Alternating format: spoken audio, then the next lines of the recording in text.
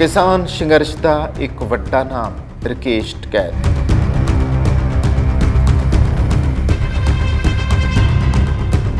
राकेश टिकैत जो अजिहा नाम है जिस नूं किसान संघर्ष का हीरो कह लिया जाए तो इस विच कोई अतकथनी नहीं। राकेश टिकैत भारत के उत्तर प्रदेश तो भारतीय किसान यूनियन के एक किसान आगू ਅਤੇ ਬੁਲਾਰੇ ने। ਉਹਨਾਂ ਦਾ जन्म 1969 ਨੂੰ उत्तर प्रदेश के मुजफ्फरनगर के कस्बा सिसौली ਵਿੱਚ ਹੋਇਆ ਸੀ। ਉਹ ਉੱਗੇ ਕਿਸਾਨ ਆਗੂ ਅਤੇ ਭਾਰਤੀ ਕਿਸਾਨ ਯੂਨੀਅਨ ਦੇ ਸਹਿ ਸੰਸਥਾਪਕ ਸਵਰਗੀ ਮਹਿੰਦਰ ਸਿੰਘ ਟਿਕੈਤ ਦਾ ਬੇਟਾ ਹੈ। ਰਾਕੇਸ਼ ਟਿਕੈਤ ਦਾ ਵੱਡਾ ਭਰਾ ਨਰੇਸ਼ ਟਿਕੈਤ ਵੀ ਭਾਰਤੀ ਕਿਸਾਨ ਯੂਨੀਅਨ ਦਾ ਕੌਮੀ ਪ੍ਰਧਾਨ ਹੈ। ਕਹਿੰਦੇ ਨੇ ਟਿਕੈਤ ਦਾ ਖਾਨਦਾਨੀ ਖਿਤਾਬ 7ਵੀਂ ਸਦੀ ਦੇ ਬਾਦਸ਼ਾਹ ਹਰਸ਼ਵਰਧਨ ਦੁਆਰਾ ਉਹਨਾਂ ਦੇ ਪਰਿਵਾਰ ਨੂੰ ਦਿੱਤਾ ਗਿਆ ਸੀ। ਉਦੋਂ ਤੋਂ ਹੀ ਇਹ ਖਿਤਾਬ ਪਰਿਵਾਰ ਦੇ ਵੱਡੇ ਬੇਟੇ ਨੂੰ ਦਿੱਤਾ ਜਾਂਦਾ ਹੈ। ਰਾਕੇਸ਼ ਟਿਕੈਤ ਦੇ ਪਿਤਾ ਮਹਿੰਦਰ ਸਿੰਘ ਟਿਕੈਤ ਭਾਰਤ ਦੇ ਉੱਤਰ ਪ੍ਰਦੇਸ਼ ਰਾਜ ਦੇ ਪੱਛਮੀ ਖੇਤਰ ਵਿੱਚ ਇੱਕ ਪ੍ਰਸਿੱਧ ਕਿਸਾਨ ਆਗੂ ਸਨ। ਉਹ 1935 ਵਿੱਚ ਉੱਤਰ ਪ੍ਰਦੇਸ਼ ਦੇ ਮੁਜ਼ੱਫਰਨਗਰ ਜ਼ਿਲ੍ਹੇ ਦੇ ਪਿੰਡ ਸਿਸੌਲੀ ਵਿਖੇ ਪੈਦਾ ਹੋਏ ਸਨ। ਭਾਰਤੀ ਕਿਸਾਨ ਯੂਨੀਅਨ ਦੇ ਉਹ ਪ੍ਰਧਾਨ ਸਨ ਅਤੇ ਪ੍ਰਧਾਨ ਮੰਤਰੀ ਚੌਧਰੀ ਚਰਨ ਸਿੰਘ ਤੋਂ ਬਾਅਦ ਕਿਸਾਨੀ ਦੇ ਦੂਸਰੇ ਮਸੀਹਾ ਵਜੋਂ ਜਾਣੇ ਜਾਂਦੇ ਸਨ।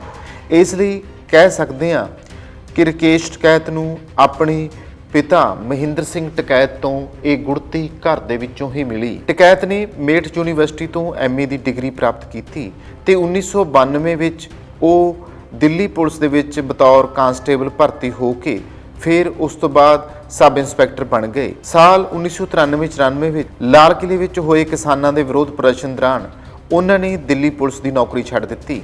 ਪੁਲਿਸ ਦੀ ਨੌਕਰੀ ਛੱਡਣ ਤੋਂ ਬਾਅਦ ਉਹ ਭਾਰਤੀ ਕਿਸਾਨ ਯੂਨੀਅਨ ਦੇ ਮੈਂਬਰ ਵਜੋਂ ਅੰਦੋਲਨ ਵਿੱਚ ਸ਼ਾਮਲ ਹੋ ਗਏ ਤੇ ਆਪਣੇ ਪਿਤਾ ਦੀ ਮੌਤ ਤੋਂ ਬਾਅਦ ਟਿਕੈਤ ਅਧਿਕਾਰਤ ਤੌਰ ਤੇ ਭਾਰਤੀ ਕਿਸਾਨ ਯੂਨੀਅਨ ਵਿੱਚ ਸ਼ਾਮਲ ਹੋਏ ਅਤੇ ਫਿਰ ਇੱਕ ਵਧੀਆ ਬੁਲਾਰੇ ਵਜੋਂ ਉੱਭਰ ਕੇ ਸਾਹਮਣੇ ਆਏ। ਟਿਕੈਤ ਹਰਿਦੁਆਰ ਉੱਤਰਾਖੰਡ ਤੋਂ ਦਿੱਲੀ ਤੱਕ ਕਿਸਾਨ ਕ੍ਰਾਂਤੀ ਯਾਤਰਾ ਦਾ ਆਗੂ ਵੀ ਸੀ ਜੋ 2018 ਵਿੱਚ ਕੀਤੀ ਗਈ।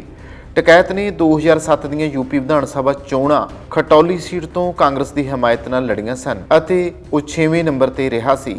2014 ਦੀਆਂ ਆਮ ਚੋਣਾਂ ਵਿੱਚ ਉਸ ਨੇ ਯੂਪੀ ਵਿੱਚ ਅਮਲੋਹਾ ਲੋਕ ਸਭਾ ਹਲਕੇ ਤੋਂ ਰਾਸ਼ਟਰੀ ਲੋਕ ਦਲ ਦੀ ਟਿਕਟ ਤੇ ਚੋਣ ਲੜੀ ਸੀ ਪਰ ਉਹ 1% ਤੋਂ ਵੀ ਘੱਟ ਵੋਟਾਂ ਹਾਸਲ ਕਰਨ ਵਿੱਚ ਕਾਮਯਾਬ ਰਿਹਾ। ਨਵੰਬਰ 2020 ਵਿੱਚ ਉਸ ਦੀ ਸੰਸਥਾ ਭਾਰਤੀ ਕਿਸਾਨ ਯੂਨੀਅਨ ਨੇ ਭਾਰਤੀ ਕਿਸਾਨਾਂ ਦੇ ਵਿਰੋਧ ਪ੍ਰਦਰਸ਼ਨ ਵਿੱਚ ਸ਼ਾਮਲ ਹੋ ਕੇ ਜੋ ਖੇਤੀ ਕਾਨੂੰਨਾਂ ਦੇ ਵਿਰੋਧ ਵਿੱਚ ਸਨ ਲਗਾਤਾਰ ਸੰਘਰਸ਼ ਵਿੱਢਿਆ ਸੀ ਜਿਸ ਵਿੱਚ MSP ਨੂੰ ਕਾਨੂੰਨੀ ਅਧਿਕਾਰ ਐਲਾਨਣਾ ਅਤੇ ਤਿੰਨੇ ਖੇਤੀ ਕਾਨੂੰਨਾਂ ਨੂੰ ਹਟਾਉਣ ਦੀ ਮੰਗ ਕੀਤੀ ਗਈ ਸੀ।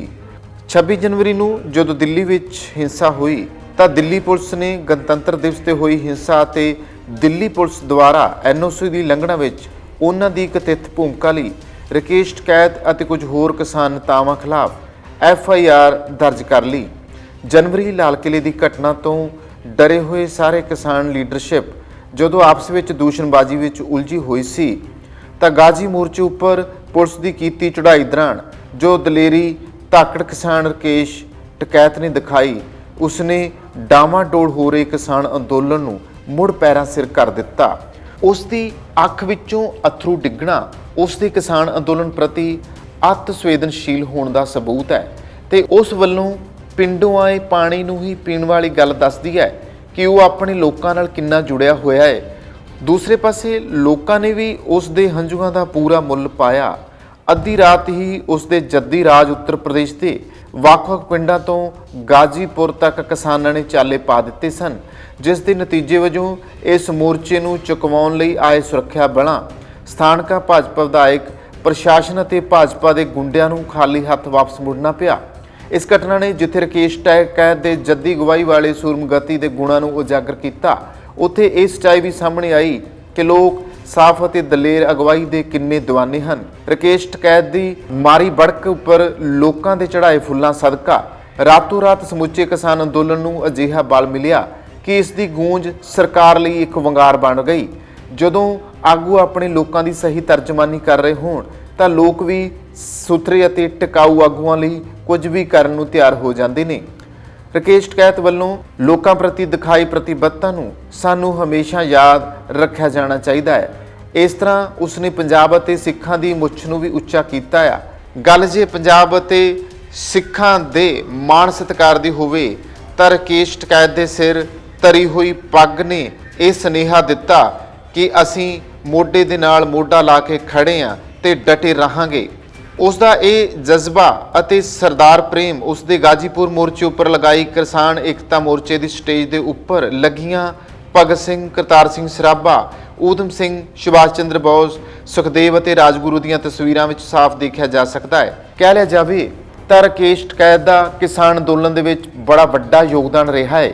ਕਿਸਾਨ ਅੰਦੋਲਨ ਦਾ ਧਾਕੜ ਆਗੂ ਟਕੈਤ ਜੇ ਉਸ ਦਿਨ ਭੱਜ ਜਾਂਦਾ ਤਾਂ ਅੰਦੋਲਨ ਖਤਮ ਹੋ ਜਾਣਾ ਸੀ। ਉਸ ਦਿਨ ਜਦੋਂ ਸਰਕਾਰ ਦਾ ਪਿਛਲਗ ਮੀਡੀਆ ਜਸ਼ਨ ਮਨਾ ਰਿਹਾ ਸੀ ਤੇ ਅੰਦੋਲਨ ਖਤਮ ਹੋਣ ਦੀਆਂ ਖਬਰਾਂ ਹੀ ਨਹੀਂ ਰੁਕ ਰਹੀਆਂ ਸਨ ਤੇ ਰਕੇਸ਼ ਟਕੈਤ ਦਾ ਮਜ਼ਾਕ ਉਡਾਇਆ ਜਾ ਰਿਹਾ ਸੀ, ਤਾਂ ਉਸ ਵਕਤ ਹੀ ਇੱਕ ਅਜਿਹਾ ਹਲੂਣਾ ਰਕੇਸ਼ ਟਕੈਤ ਨੂੰ ਦੇਖ ਕੇ ਲੋਕਾਂ ਨੂੰ ਵੱਜਿਆ ਕਿ ਇਹ ਮੋਰਚਾ ਫਿਰ ਤੋਂ ਆਪਣੀ ਪੈਰਾਂ ਸਿਰ ਹੋ ਗਿਆ।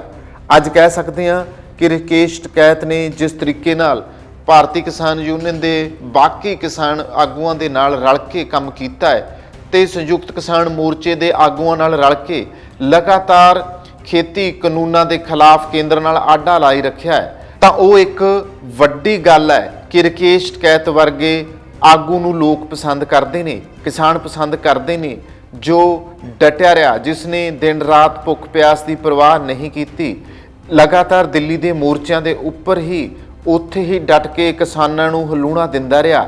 ਕਹਿ ਸਕਦੇ ਹਾਂ ਰਕੇਸ਼ ਟਕੈਤ ਇੱਕ ਅਜਿਹੀ ਸ਼ਖਸੀਅਤ ਹੈ ਜਿਸ ਨੂੰ ਪਰਿਵਾਰ ਵਿੱਚ ਮਿਲੀ ਹੋਈ ਕਿਸਾਨੀ ਸੰਘਰਸ਼ ਦੀ ਗੁੜਤੀ ਨੇ ਅੱਜ ਉਸ ਨੂੰ ਇੱਕ ਅਜਿਹੇ ਮੁਕਾਮ ਤੇ ਲਿਆ ਖੜਾ ਕੀਤਾ ਆ ਜਿੱਥੇ ਕਹਿ ਸਕਦੇ ਹਾਂ ਕਿ ਅਜਿਹੇ ਆਗੂ ਦੀਵਾ ਲੈ ਕੇ ਭਾਲਿਆਂ ਵੀ ਨਹੀਂ ਮਿਲਦੇ। ਬੇਸ਼ੱਕ ਕੇਂਦਰ ਸਰਕਾਰ ਨੇ ਕਿਸਾਨਾਂ ਦੇ ਰੋਹ ਅੱਗੇ ਝੁਕਦੇ ਹੋਏ ਖੇਤੀ ਕਾਨੂੰਨ ਵਾਪਸ ਕਰਨ ਦਾ ਐਲਾਨ ਕੀਤਾ ਆ, ਪਰ ਫਿਰ ਵੀ ਰਕੇਸ਼ ਟਕੈਤ ਇੱਕੋ ਗੱਲ ਦੇ ਉੱਤੇ ਅੜੇ ਹੋਏ ਨੇ ਤੇ ਉਹਨਾਂ ਦਾ ਕਹਿਣਾ ਆ ਕਿ ਜਿੰਨਾ ਚਿਰ ਤੱਕ ਪਾਰਲੀਮੈਂਟ ਦੇ ਵਿੱਚ ਇਹ ਮਸੌਦਾ ਪਾਸ ਨਹੀਂ ਕੀਤਾ ਜਾਂਦਾ, MSP ਵਾਲੀ ਮੰਗ ਨਹੀਂ ਮੰਨੀ ਜਾਂਦੀ, ਉਹਨਾਂ ਚਿਰ ਤੱਕ ਕਿਸਾਨ ਦਿੱਲੀ ਦੀਆਂ ਸਰਹੱਦਾਂ ਛੱਡ ਕੇ ਵਾਪਸ ਨਹੀਂ ਆਉਣਗੇ। ਸੋ ਹੁਣ ਦੇਖਣਾ ਆ ਕਿ ਰਕੇਸ਼ ਟਕੈਤ ਤੇ ਉਹਨਾਂ ਦੇ ਸਾਰੇ ਸਾਥੀ ਸੰਯੁਕਤ ਕਿਸਾਨ ਮੋਰਚੇ ਦੇ ਰੂਪ ਵਿੱਚ ਆਪਣੀਆਂ ਮੰਗਾਂ ਨੂੰ ਲੈ ਕੇ ਕਦੋਂ ਤੱਕ ਉੱਥੇ ਡਟੇ ਰਹਿਣਗੇ। ਫਿਰ ਵੀ ਇਸ ਜਜ਼ਬੇ, ਇਸ ਹੌਸਲੇ, ਇਸ ਨਿਡਰਤਾ ਨੂੰ ਸਲਾਮ ਕਰਨਾ ਬਣਦਾ ਆ ਜੋ ਰਕੇਸ਼ ਟਕੈਤ ਦੇ ਅੰਦਰ ਵਿਰਸੇ ਦੇ ਵਿੱਚੋਂ ਮਿਲੀ ਹੈ। ਰਕੇਸ਼ ਟਕੈਤ ਦੀ ਇਸ ਉੱਚੀ ਸੁੱਚੀ ਸੋਚ ਨੂੰ ਸਲਾਮ।